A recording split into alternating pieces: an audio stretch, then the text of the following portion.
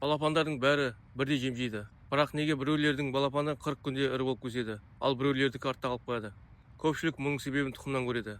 Бірақ шын мәнінде айырмашылық алғаш күндерден басталады. Балапан дүниеге келгеннен сәттен бастап, оған 3 нәрсе қажет: жылу, таза су және сапалы жем. Осы үшеуінің біреуі дұрыс болмаса, оның өсуі баяулайды. Мысалы, балапан тоңып тұрса, жеген жемінің көп бөлігі денесін жылытуға кетеді. Яғни өсуге емес, жылынуға энергия жұмсайды. Ал дұрыс температурада тұрған балапан сол жемді дене салмағын қосуға пайдаланады. Сондықтан ол белсенді болады, жақсы жейді және біркелкі өседі. Осы себепті тәжірибелі құс өсірушілер алғашқы күндерге ерекше мән береді.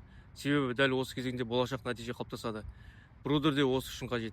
Ол балапанға жай ғана орын емес, дұрыс орта жасайды, жылуды сақтайды, күтімді жеңілдетеді және балапанның күйзеліске түспеуіне көмектеседі. Егер сіз құс шаруашылығынан жақсы нәтиже күтсеңіз, ең алдымен алғашқы аптаға көңіл бөліңіз. Себебі алғашқы 7 күн бүкіл өсіру кезеңінің ретасы.